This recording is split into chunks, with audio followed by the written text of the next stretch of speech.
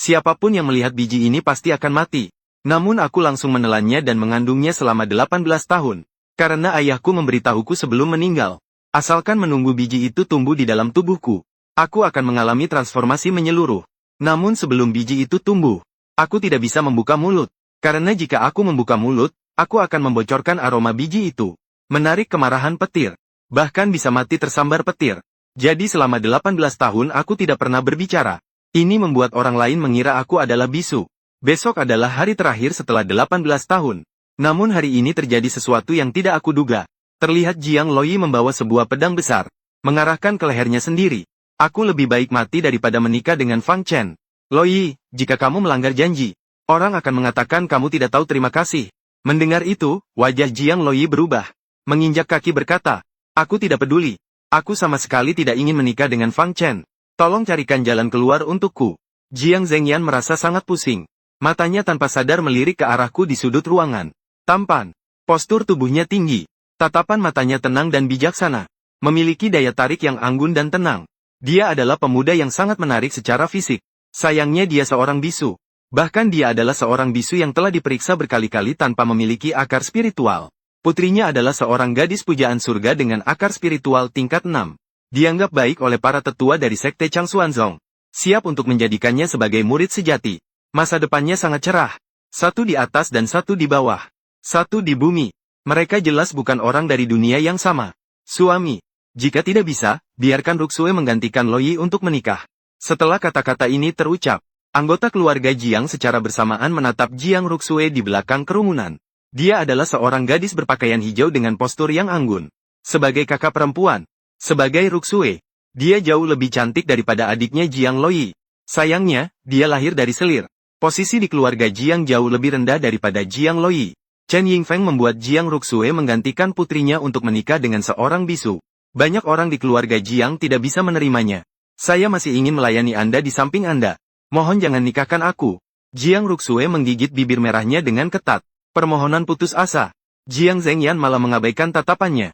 Dengan penuh perhatian dia berkata, Ruxue, keluarga Jiang kita telah merosot selama 100 tahun. Susah payah muncul seorang gadis pujaan seperti adikmu.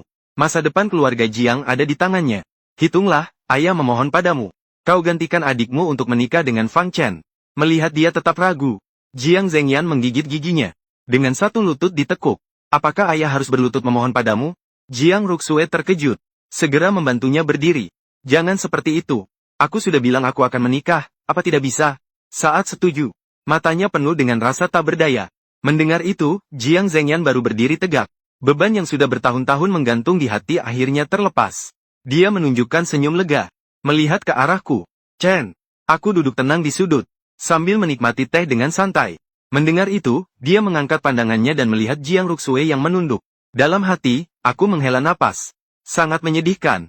Dipermainkan oleh keluarganya yang bersekongkol. Keluarga Jiang sebenarnya tidak berniat menikahkan gadis pujaan surga Jiang Loi denganku. Sebaliknya, mereka sudah merencanakan jauh-jauh hari agar Jiang Ruxue menjadi korban. Dari Jiang Loi yang mengancam dengan kematian. Hingga Chen Yingfeng mengusulkan pernikahan pengganti. Lalu Jiang Zhengyan memainkan kartu hubungan keluarga. Semuanya sudah mereka atur sebelumnya. Jiang Ruxue yang murni dan baik hati. Mudah ditipu. Ia setuju untuk pernikahan pengganti. Gadis yang malang seperti ini. Bagaimana saya bisa tega menyakiti? Saya mengambil kertas dan pena yang selalu saya bawa. Lian Su. Menulis sebuah catatan. Paman tidak perlu menyulitkan Ruxue. Keluarga Jiang telah merawat saya selama 10 tahun. Sudah menghapus utang budi nyawa ayah saya di masa lalu. Masalah perjanjian pernikahan. Hari ini kita hentikan saja. Meskipun tidak untuk Jiang Ruxue. Saya juga berencana untuk membatalkan perjanjian pernikahan. Sejak 10 tahun lalu ayah saya menyelamatkan tua Jiang. Saya telah tinggal di rumah keluarga Jiang. Sejak ayah saya meninggal 3 tahun yang lalu. Orang pergi, teh menjadi dingin. Anggota keluarga Jiang perlahan-lahan menjauh dari saya. Saya mengerti bahwa kesabaran keluarga Jiang sudah habis. Jika bukan karena khawatir membatalkan perjanjian pernikahan akan mempengaruhi reputasi, mereka sudah mengusir saya dari rumah. Sekarang saya harus pergi. Setelah membaca catatan yang saya tulis, Jiang Zhengyan dalam hati merasa bersemangat. Dia sudah lama ingin mengusir saya. Sayangnya, keluarga Jiang berhutang budi kepada ayahku, membuatnya tercekik selama bertahun-tahun. Kini, aku mengusulkan untuk pergi. Ini benar-benar kabar yang sangat menggembirakan. Yang mengejutkan adalah, Chen Yingfeng dengan sungguh-sungguh berkata, Kebencian. Menyimpan. Bagaimana mungkin ini bisa diterima? Perjanjian pernikahan ditetapkan oleh orang tua. Kita tidak berani menentang kehendak orang tua itu. Jika dia kembali dari perjalanannya, menemukan bahwa kita belum memenuhi perjanjian, saya dan pamanmu tidak dapat melarikan diri dari tanggung jawab ini. Jika benar-benar berterima kasih kepada keluarga Jiang atas perhatian mereka selama 10 tahun, maka nikahlah dengan Ruxue. Kita semua akan menjadi satu keluarga mulai saat itu. Beberapa anggota keluarga yang cerdas, melihat tujuan sebenarnya dari Chen Yingfeng, adalah ingin menikahkan Jiang Ruxue denganku, menghancurkan kebahagiaannya seumur hidup, menghilangkan ancaman untuk putrinya, Jiang Loi. Jiang Ruxue memiliki aura yang luar biasa, penampilannya tiada taraf. Dia adalah seorang perempuan cantik yang terkenal di mana-mana. Banyak pemuda dari keluarga besar menginginkannya dengan sangat. Jika dia menikah dengan keluarga kaya, atau menjadi istri atau selir seorang petarung yang kuat, dia pasti akan menjadi saingan Jiang Loi. Sekarang menikahkannya dengan saya yang tidak memiliki akar spiritual. Itu sepenuhnya menghilangkan ancaman. Benar-benar jahat. Saya melihatnya dengan jelas. Memandang Jiang Ruxue yang diam-diam meneteskan air mata. Menghela nafas dalam keputusasaan. Dalam hati, ia merenungkan dengan diam-diam. Meskipun hari ini saya telah membantunya, setelah saya pergi, dia masih tidak akan bisa lolos dari tangan beracun Chen Yingfeng. Pada saat itu nasibnya, mungkin akan lebih menyedihkan daripada menikah dengan seorang bisu. Selama bertahun-tahun, Jiang Ruxue adalah satu-satunya orang yang bersikap baik kepada saya. Tahun ketika ayah meninggal, saya menderita sakit parah karena kesedihan. Terbaring di tempat tidur selama 7 hari 7 malam. Anggota keluarga Jiang seolah tidak melihat. Jiang Ruxue yang merawat saya tanpa tidur selama 7 hari. Aku sudah melewati cobaan ini. Aku benar-benar tidak tega. Meninggalkan gadis baik hati dan murni ini. Membiarkannya sendirian di jurang kehancuran keluarga Jiang. Setelah berpikir panjang, aku dengan berat hati mengambil pena dan menulis satu kata kepada Chen Yingfeng. Chen Yingfeng menunjukkan senyuman. Dengan antusias ia berkata, Ruxue, segera bawa Fang Chen untuk mengukur pakaian. Dalam sebulan kalian akan menikah. Dia sangat ingin kita menikah. Agar tidak berlarut-larut dan banyak mimpi di malam hari. Jiang Ruxue mengusap air matanya. Dengan mata bengkak, dia datang ke hadapanku. Ayo ikut aku. Kebetulan saya juga punya sesuatu untuk disampaikan kepada Anda. Aku mengikuti Jiang Ruxue ke kamarnya. Dikatakan sebagai kamar pribadinya. Sebenarnya hanya sedikit lebih baik daripada kamar pelayan. Sangat sederhana. Jiang Ruxue membuka laci cermin rias. Mengeluarkan sebuah kantong kecil yang tersembunyi dari sudut. Di dalamnya terdapat berbagai potongan perak kecil. Gadis bisu kecil, kamu seharusnya tidak setuju. Mereka tidak benar-benar berharap kamu menikahiku. Hanya tidak ingin mendapatkan reputasi yang melupakan budi. Setelah adikku masuk ke Zhang Xuanzong, mereka akan memperlakukanmu dengan buruk. Mencari cara untuk mengusirmu. Oh, aku tersenyum sedikit. Dia juga tidak bodoh, kan? Jiang Ruxue menyelipkan kantong uang ke telapak tanganku. Dia berkata dengan lembut, bawalah uang ini dan tinggalkan rumah Jiang. Pergilah dari kota Liu Xian. Aku tidak ingin kamu menjalani hidup seperti aku. Aku menulis secari kertas. Bagaimana denganmu? Sudut mulut Jiang Ruxue mengeluarkan sedikit rasa pahit. Ini adalah rumahku. Mereka tidak baik padaku sekalipun. Aku juga tidak bisa pergi. Tiba-tiba, mendengar pelayan-pelayan berbincang dan tertawa menuju gudang untuk mengambil sutera. Dia berkata dengan cemas. Cepatlah pergi. Jangan ragu lagi. Saat di luar, jangan sembarangan percaya pada orang asing.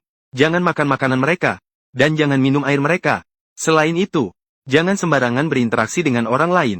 Jika orang menemukan kamu bisu, mereka akan mengganggumu. Mengerti? Bisu kecil. Sambil berbicara, suaranya mulai terdengar seperti menangis. Setetes demi setetes berkilau. Berputar di pelupuk mata. Aku melangkah maju. Mengelus kepalanya. Mulai sekarang, panggil aku suamimu. Jiang Ruxue tiba-tiba mengangkat kepalanya. Sepasang mata seputih salju terbelalak lebar. Kamu berbicara. Kamu bukan bisu. Aku tersenyum dengan ejekan. Apakah aku pernah bilang aku bisu?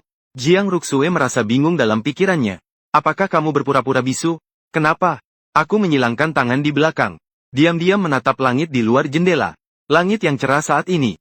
Tiba-tiba terdengar dua suara petir yang mengguntur. Semua orang di rumah Jiang terkejut. Mereka semua keluar untuk melihat. Jiang Ruxue juga terkejut oleh suara petir yang tiba-tiba. Dia berbisik. Bagaimana bisa petir tiba-tiba muncul? Sama seperti 3 tahun yang lalu. Wajahku tampak serius. Tak mengucapkan sepatah kata pun. Yang tidak dia ketahui adalah, tadi aku baru mulai berbicara. Mengungkapkan aroma biji. Permohonan ini menarik kemarahan petir surgawi. Jiang Ruxue melihat ada kesedihan di wajahku. Dia berkata dengan lembut. Sudahlah, sudah. Aku tidak akan bertanya lagi. Cepat bereskan barangmu dan pergi. Jika Bibi Chen tahu kau terus berpura-pura bisu, dia pasti akan curiga lagi. Aku berbalik, perlahan-lahan menggenggam tangannya. Aku tidak pergi.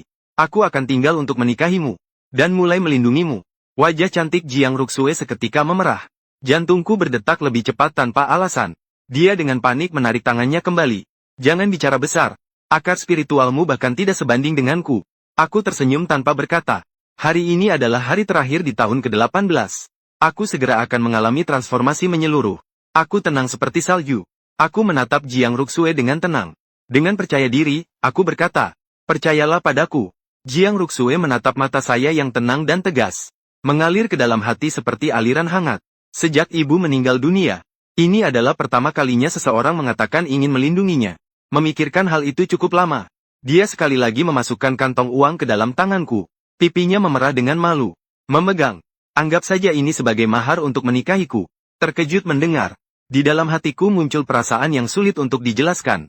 Aku tidak pernah berpikir.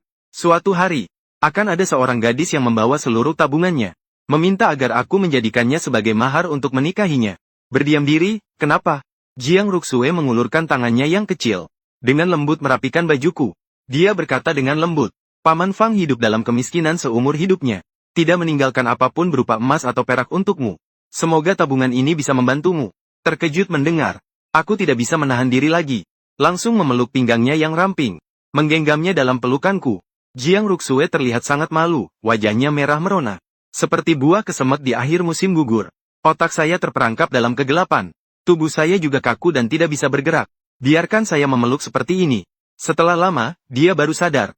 Dengan panik, dia meronta dan berkata, Saya pergi untuk mengambil ukuran pakaian. Menatap punggungnya yang melarikan diri. Saya meletakkan dompet kembali di atas meja. Sambil tersenyum, dia berkata, Jiang Ruxue, aku akan menikahimu secara megah. Sementara itu, di dalam kamar tidur Chen Yingfeng, Bibi, bagaimana bisa kamu menikahkan sepupu Ruxue dengan Fang Chen yang tidak berguna ini? Lu Zeng, yang juga tinggal di Jiang Mansion selama 10 tahun, berlutut di hadapan Chen Yingfeng. Wajahnya penuh dengan kegelisahan. Mohon, batalkan perintah itu. Nikahkan sepupuku dengan saya. Makanannya adalah Fenger. Lu Zeng adalah keponakan Chen Yingfeng. Pintar dan cerdas. Juga seorang jenius dengan akar spiritual tingkat 3. Oleh karena itu, Chen Yingfeng membawanya ke Jiang Mansion sejak kecil untuk dilatih. Dia juga sangat cerdas. Pada usia 30 tahun, sudah memiliki keterampilan Qi tingkat 5. Membuat Chen Yingfeng bangga di hadapan keluarganya. Satu-satunya yang membuat Chen Yingfeng pusing adalah, Lu Zeng sangat menyukai Jiang Ruxue, dan selalu menganggapnya sebagai wanitanya. Memurnikan Zenger. Di aspek lain, Bibi bisa memanjakanmu. Namun, untuk hal ini tidak boleh kau main-main. Namun, melihat ekspresi marah dan hancur di wajah Lu pertama, dia akhirnya tetap lembut hati. Berkata dengan makna yang dalam, Bibi hanya tidak mengizinkanmu mengganggu pernikahan mereka. Tidak dikatakan bahwa setelah mereka menikah, kamu tidak bisa bertindak. Jika Fang Chen secara tidak sengaja meninggal, kau bisa menikahi Jiang Ruxue lagi. Lu Zeng tersadar, menunjukkan ekspresi bahagia. Saya mengerti. Terima kasih, Bibi. Keponakan ini akan kembali membantu Fang Chen mengatur pernikahan. Membuat mereka cepat menikah. Chen Yingfeng berkata sambil tersenyum. Silakan pergi. Jangan lupa bangun pagi besok. Bibi akan menemanmu ke menara pemeriksaan. Menguji ulang tingkat akar spiritualmu. Ya, Lu Zeng memberi penghormatan dengan tangan. Pergi dengan senyuman lebar di wajahnya. Tapi baru saja meninggalkan kamar Chen Yingfeng. Senyumnya perlahan memudar dari wajahnya. Menunjukkan sedikit kebengisan. Betapa beruntungnya wanita tua ini bisa memikirkan hal ini. Tunggu sampai pemeriksaan ulang besok selesai. Jika terdeteksi akar spiritual yang lebih tinggi, aku pasti akan merebut Jiang Ruxue di depan semua orang di keluarga Jiang. Keesokan paginya, di sebuah ruangan sederhana di halaman barat Jiang Mansion, aku bolak-balik berjalan di dalam ruangan. Kadang-kadang melihat keluar jendela untuk melihat cuaca. Bola mataku dipenuhi dengan banyak pembuluh darah. Perasaanku gelisah. Hari ini, aku telah menunggu selama 18 tahun. Awalnya aku pikir aku sangat tegas. Emosiku tidak akan terganggu oleh hal-hal di luar. Mampu menyambut dengan tenang saat benih mulai tumbuh. Tapi saat hari ini benar-benar tiba, aku tidak bisa tidur semalaman. Hatiku merasa gelisah. Saat itu, sebuah sinar mencolok menembus awan. Masuk ke dalam ruangan. Hampir pada saat yang sama, aku mendengar suara gemeretak di dalam pikiranku. Seperti sesuatu yang keras sedang retak. Benih itu mulai berkecambah. Aku segera duduk bersila, menahan napas dan fokus. Di dalam kegelapan, aku melihat sebuah tunas yang lembut muncul dari tanah. Kehadirannya seolah mengganggu suatu eksistensi yang agung. Menurunkan petir yang menghancurkan bumi. Berusaha untuk menekannya kembali ke dalam tanah. Tunas itu perlahan-lahan membuka. Dengan santai menyerap semua petir yang datang. Saya melihat langsung sebuah benih. Menyerap petir dari langit dan bumi sebagai nutrisi. Tumbuh menjadi pohon raksasa yang tak terhingga. Petir menyadari bahwa ia tak mampu menghalangi pertumbuhannya. Perlahan-lahan berhenti. Pohon kuno yang sangat besar ini menyebarkan cahaya hijau yang berkilauan. Perlahan-lahan menyatu ke dalam tubuhku. Di dalam dantianku, tumbuh akar spiritual. Mengamati akar spiritual ini dengan seksama. Aku sudah memiliki perak spiritual. Menunggu selama 18 tahun untuk transformasi menyeluruh. Menunggu selama 18 tahun untuk transformasi menyeluruh. Lama. Aku mengendalikan emosiku. Mengamati akar spiritual ini dengan cermat. Sekali lihat, aku terkejut. Warna transparan. Ternyata, akarku adalah transparan. Tanpa warna apapun. Akar spiritual Jiang Loi berwarna biru tua. Menandakan bahwa dia memiliki akar spiritual tingkat 6. Konon, yang tertinggi adalah akar spiritual berwarna putih. Menandakan tingkat 9. Namun, akar spiritual transparan. Belum pernah terdengar. Sepertinya aku harus pergi ke gedung pengujian untuk mengonfirmasi. Aku menyentuh kepalaku. Tidak tahu akar spiritual transparan ini. Ini akan menjadi tingkatan apa? Justru saat itu, aku tiba-tiba menemukan. Di atas pohon ilahi Taiksu yang rimbun. Terdapat banyak buah transparan yang besar. Buah yang tergantung paling rendah. Ternyata tersegel sebuah metode kultivasi. Metode pikiran tingkat tinggi Suan. Klasik pencarian naga. Melihat jelas kata-kata dalam metode latihan. Saya terkejut mendengar. Keluarga Jiang sebagai kekuatan lama di kota Liuxian. Metode keluarga Zen hanyalah buku pedang tingkat kuning menengah. Dan ini adalah metode tingkat tinggi Suan. Cukup untuk menimbulkan kekacauan di seluruh dunia. Nafasku terhenti. Mencoba melompat untuk memetik buah. Tetapi ada kekuatan tak terlihat yang menekan saya kembali ke tanah. Sebuah informasi mulai muncul perlahan di pikiranku. Buah dari lapisan terbawah. Hanya bisa dipetik di tingkat dasar. Segera setelah itu, dunia gelap di depanku perlahan-lahan menghilang. Kembali ke kamar sederhana yang saya tinggali. Saya tidak menunda sama sekali. Meninggalkan kediaman Jiang. Sampai di menara pengujian. Pada saat ini, masih pagi. Menara pengujian belum dibuka. Di depan menara, para remaja menunggu untuk diuji. Bambu muda. Pengujian ulang hari ini. Jangan sekali-kali merasa gugup. Pemimpin menara bilang bahwa kamu sebelumnya karena gugup. Menyebabkan hasil pengujian di bawah tingkat normal. Chen Yingfeng menemani Lu Zeng. Berdiri di depan menara pengujian menunggu pintu dibuka. Seharusnya kamu setidaknya berada di kelas 3 atas. Karena gugup. Hanya terdeteksi kelas 3 menengah. Itulah perbedaan satu tingkat ini. Membuatku tidak bisa berjuang untuk mendapatkan lebih banyak sumber daya untukmu di Jiang. Lu Zeng mengangguk dengan berat. Sumber daya Jiang memang terbatas. Sebagian besar telah diberikan kepada Jiang Loi. Sisanya harus dibagi berdasarkan bakat. Di antara anggota keluarga Jiang, banyak yang memiliki akar spiritual kelas 3. Dia lebih rendah satu tingkat dibanding yang lain. Sumber daya yang mereka nikmati pasti lebih rendah jauh. Jadi, pengujian ulang kali ini, dia harus menunjukkan tingkat yang sebenarnya. Jika kamu terdeteksi kelas 3 atas, Bibi, aku akan berusaha sekuat tenaga untuk meyakinkan anggota keluarga Jiang.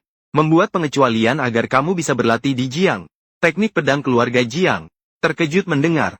Lu Zeng sangat bersemangat. Teknik pedang keluarga Jiang. Namun, itu adalah teknik serangan kelas kuning menengah. Merupakan teknik yang sangat kuat dengan peringkat tinggi di kota Liuxian. Hanya anggota inti keluarga Jiang yang bisa mengaksesnya. Sudah 10 tahun aku mengamati wajah orang di Jiang. Akhirnya bisa menyentuh inti paling dalam dari keluarga Jiang. Dengan perasaan excited. Dia secara tidak sengaja menangkap sosok yang familiar di sudut matanya. Tanpa bisa menahan rasa heran. Chen, kenapa kau datang? Aku dengan tenang menulis selembar kertas. Seperti kamu. Sebelum kekuatan mencapai tingkat tertentu, aku masih berencana untuk tetap berpura-pura bisu. Supaya tidak dicurigai orang. Sama seperti saya. Lu Zeng menggelengkan kepala. Tatapannya dipenuhi dengan penghinaan. Sebelum ini, aku sudah menjalani tes ini banyak kali. Tapi hasilnya setiap kali adalah tanpa akar spiritual. Dia menepuk bahuku. Ye Lun mencemooh. Akar spiritual seperti ini adalah bawaan lahir. Jika memang ada, maka memang ada. Apa yang salah dengan itu? Mengapa harus mengejar sesuatu yang tidak bisa didapat? Saat ini, pintu terbuka. Pemimpin menara adalah seorang kakek yang malas. Dengan mengibaskan lengan bajunya dia berkata, tetap pada aturan lama. Menguji mereka yang memiliki kualitas unggul. Dapat memperoleh hadiah teknik. Semua orang tampak acuh tak acuh. Karena beberapa dekade terakhir, satu-satunya yang menerima hadiah adalah Jiang Loi. Lu Zeng terlihat sangat percaya diri. Dia menoleh dan melirik ke arahku. Dia berkata dengan senyuman yang tidak jelas. Dia akan terkejut dengan tingkat akar spiritualku yang sebenarnya nanti. Dia percaya diri. Kali ini bisa mendeteksi akar spiritual tingkat atas 3. Posisi dia di keluarga Jiang akan semakin tinggi. Saat itu, akan lebih mudah untuk merebut Jiang Ruxue. Aku mengangkat bahu. Aku menulis sebuah catatan. Tunggu dan lihat. Dengan perintah dari pemimpin menara. Semua orang masuk ke ruang uji di dalam menara sekaligus. Ini adalah kunjungan keempatku. Setelah menutup pintu batu, aku tidak bisa tidak merasa tegang saat melihat ke tengah ruangan rahasia. Sebuah penggaris kristal yang melayang. Di atasnya terukir 9 skala warna. Mewakili tingkat dari 1 hingga 9. Ketika tangan diletakkan di atasnya, akar spiritual seorang petarung akan memicu warna yang sesuai di penggaris kristal. Menunjukkan tingkat akar spiritual. Deteksinya sangat akurat, tanpa kesalahan sama sekali. Sampai di depan penggaris kristal. Meletakkan telapak tangan di atasnya. Di detik berikutnya, penggaris kristal langsung bergetar lembut. Gelombang mulai muncul dari dasar. Naik hingga skala merah. Kemudian tanpa berhenti naik ke skala oranye. Hatiku yang tegang sedikit lega. Tidak lama lagi. Gelombang meluncur ke skala kuning. Lalu dengan cepat meluncur ke skala hijau. Jantungku berdegup kencang. Hijau mewakili akar spiritual tingkat 4. Sudah melampaui tingkatan Lu Zeng. Dikenal sebagai akar spiritual yang sangat baik di kota Liuxian. Namun gelombang jelas tidak menunjukkan tanda-tanda berhenti. Biru kehijauan. Biru. Aku menggenggam erat kepalan tanganku. Jantungku bergetar dengan kuat. Akar spiritual kelas 6. Aku telah mencapai tingkat akar spiritual Jiang Loi. Namun gelombang tidak berhenti. Ungu. Tingkat 8. Hatiku berdetak di tenggorokan. Tak bisa tidak merasa kering di mulut dan lidah. Aku bahkan telah mencapai tingkat 8. Mencetak rekor tertinggi di kota Liuxian. Tapi sampai saat ini, pengujian belum juga selesai. Gelombang naik dengan cepat hingga ke skala tertinggi. Putih. Pupilaku menyusut tajam. Mataku dipenuhi dengan kegembiraan yang tak tertahan. Aku memiliki akar spiritual tingkat 9 yang belum pernah ada sebelumnya. Ini adalah level yang legendaris. Namun, gelombang itu belum juga berhenti. Sekali lagi melambung ke atas. Ujung pengukur kristal adalah ruang kosong yang luas. Tidak ada skala sama sekali. Namun gelombang itu tetap terus naik. Akhirnya, dengan cepat, meluncur keluar dari pengukur. Terbang keluar dari ruang rahasia. Ini membuatku kebingungan. Ini sebenarnya akar spiritual jenis apa? Hampir pada saat gelombang meluncur keluar dari pengukur kristal. Lu Zeng di sebelah memandang gelombang dalam pengukur kristal yang semakin melambat. Seperti siput merangkak di dinding. Sangat sulit untuk mencapai titik kritis antara kelas menengah dan atas dari peringkat 3. Wajahnya terlihat sangat buruk. Naik. Cepat, naiklah untukku. Sekali lagi, Lu Zeng dengan keras memegang penggaris kristal. Teriakan marah. Dia pikir dia telah mencapai peringkat 3 atas dengan kepastian 9 dari 10. Namun, ternyata jaraknya sangat tipis. Selisih ini, membuatnya kehilangan akses ke sumber daya keluarga Jiang. Apalagi kehilangan janji dari Chen Yingfeng, teknik pedang keluarga Jiang. Pada saat itu, gelombang yang keluar dari penggaris kristal ujianku, melintas di samping ruang rahasianya. Kekuatan dorongan yang kuat. Menggerakkan gelombang di dalam penggaris kristal Lu Zeng, memicu untuk kembali naik setelah terhenti sepenuhnya, dan terus menerobos warna hijau, warna biru muda, warna biru, warna ungu, skala hitam, akhirnya perlahan-lahan naik, terhenti di skala putih, mulai berkilau, dan cahaya semakin intens. Sang pemimpin menatap dari kursi bambu, satu tangan memegang pena, satu tangan dengan santai memegang buku registrasi. Saat itu, pintu batu ruang rahasia nomor 3 terlebih dahulu bersinar. Mengeluarkan cahaya merah pudar. Dia menemukan nomor 3 di buku tersebut. Keluarga Zhu Jinjin. Zhu Tingting Bisu. Tingkat 1 mata. 1 biru. Sangat rendah tingkat 1. Ruang rahasia lainnya menyala satu persatu. Ruang rahasia nomor 7. Pewaris muda dari keluarga Jiang. Yu Donggan Wangdong. Qiandong. Akar spiritual tingkat 1 yang tinggi. Ruang rahasia nomor 1. Pewaris muda dari benteng Chengjia. Zheng Xiangqiu.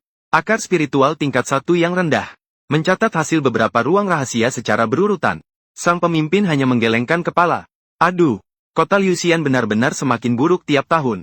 Seandainya tidak ada Jiang Loi dengan akar spiritual tingkat 6 baru-baru ini, menara deteksi di kota Liuxian akan dibubarkan. Tiba-tiba, di ruang rahasia Lu Zeng, sebuah cahaya putih memancar dari celah pintu. Sang pemimpin menggosok-gosok matanya. Wajahnya menunjukkan kebingungan. Putih. Di penggaris kristal. Skala putih mewakili. Dengan bunyi dentangan. Dia tiba-tiba bangkit. Energi yang bocor membuat kursi anyaman terlempar beberapa meter jauh. Wajah tua itu dipenuhi dengan rasa terkejut yang luar biasa. Kelas 9 muncul di dunia.